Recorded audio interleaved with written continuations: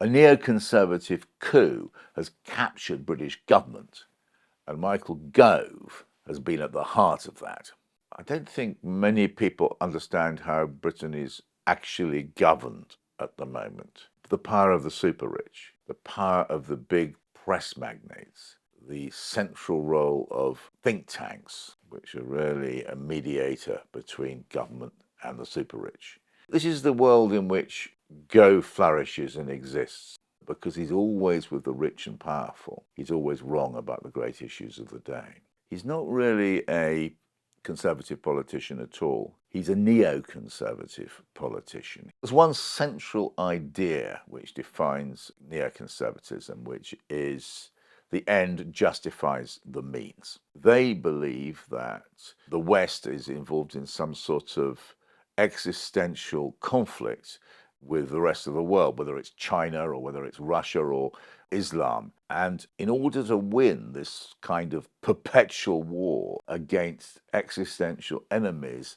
you, America, and therefore Britain, are enabled or licensed to break any law you want, to ignore legality, to cheat, to smear, to lie. The key thing, though, to understanding Michael Gove's career is he's Rupert Murdoch's man at Westminster. Official records show Mr Gove, a former employee of Mr Murdoch's at the Times, has maintained close contact with the Murdochs and their executives, meeting them time and time again.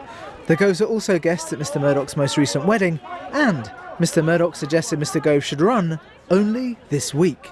And that creates an interesting situation, because the Murdoch empire controls great swathes of the British media. And the fact that Michael Gove has the support of the Murdoch press, and actually Telegraph Group and the Mail Group as well, means he can't do anything wrong. It's a bit like playing football with a bent ref. You know, how many fouls you commit, nobody's going to blow the whistle. So he has an advantage because he's the Murdoch man. And it's important to understand who Murdoch is. The Murdoch empire is offshore. It's itself extremist. Murdoch's own position on Muslims, for instance. Murdoch was a fanatical supporter of the Iraq war, very pro-Netanyahu. And Michael Gove, above all other things, is a creature of Rupert Murdoch. And so he works beautifully with the media to construct Islamophobic narratives. He always has.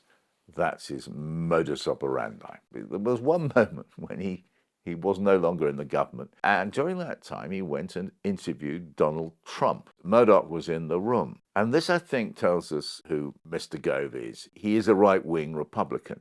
Now, a right-wing Republican is prodigiously right-wing. He or she are way off any known scale of ordinary political discourse. And I think that is the rather fervid environment of frenzied right-wing ideologists and activists. He's happy there. That's his happy place. Michael Gove is ferociously pro-Israeli. The IDF embody the Jewish spirit. We stand with Israel now and forever. Michael Gove rejected the Oslo Accords, a framework for a two-state solution, which is still the policy of the British government, just as he rejected the Good Friday Agreement, which again is central to British government policy. So even judged in the context of British politics, Michael Gove is an extremist. He rejects the core foundations of many of the key agreements entered into by the British state. I also found his treatment of the Queen extremely disturbing. Before the Brexit debate, he was part of a tiny group of Privy Councillors talking to the Queen about Brexit. He then leaked some of the stuff which the Queen said, or his version of it, to the Sun newspaper, which splashed on it, "The Queen supports Brexit." I don't know how the Sun got all its information. It wasn't the only time either. He was part of that Johnson government which lied to the Queen about the prorogation of Parliament. Why is Michael Gove so hostile to the institutions of the British state? He's hostile to the rule of law. He is in a way a revolutionary figure, has more in common with Lenin. Michael Gove had a bust of Lenin in his office. This explains one other paradox about Michael Gove, that he had as a minister a picture of Malcolm X. Now, Malcolm X had this one phrase, "by any means necessary." In other words, he thought, you can understand why, as a black man in 1960s America, that the system was so skewed against you that you had to resort to violence and break all the rules. Michael Gove liked that and respected that phrase because he too felt that he was constrained by civil society and the traditional state for realizing his own vision and the neoconservative vision for society. So it didn't matter that you lied to the Queen or you confided Privy Council discussions to Rupert Murdoch's Sun newspaper. There were no rules which applied to you. My own view of that is that Malcolm X had much more justification for breaking the rules than Michael Gove did as a highly privileged member of the Conservative cabinet. There is this paradox that the man who admired Malcolm X and Lenin is the man who is accusing others of extremism.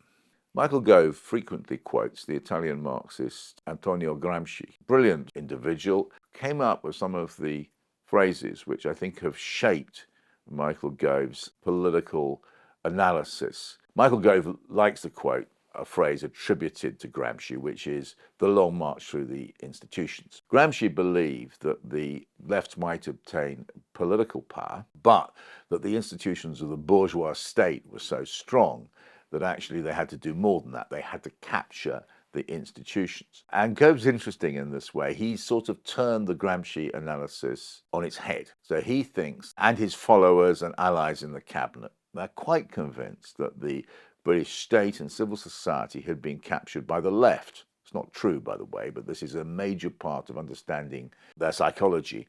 And that it wasn't enough for the Conservative Party to win elections, it actually had to capture the organs of the state. And this attitude has shaped government in the 14 years of Conservative rule. So the endless attacks and capture of the BBC through key appointments, the endless attacks, which are still going on today, on the civil service.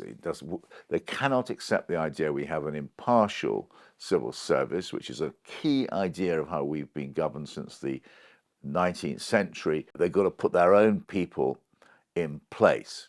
There was an idea at the heart of British public life that you would appoint the best man or woman to the job on merit, and that the person who took the job would be non-partisan. They wouldn't have any skin in the game. That has completely changed. We've now had a series of appointments. Shawcross has made terrible remarks about Islam, gets given the job of reviewing the Prevent strategy. You then have the issue of Robin Simcox, who comes from a series of structurally Islamophobic organisations, in my view, being given the job of Commissioner for Counter-Extremism. More recently, Ian Austin, incredible appointment this, was given the job of investigating the riots in Leicester. Another case is Lord Wolney, who's advisor on political violence. Lord Wolney had no credentials really to get the job, but over the last few months he's seen fit to make a series of critical remarks about the Palestinian Solidarity campaign and the marches. Well, if he's going to do that, and I can't personally see there's any need for a political violence advisor to criticise the PSC, he has got a problem because he's been accepting hospitality as declassified, exposed a few weeks ago from the Israeli lobby.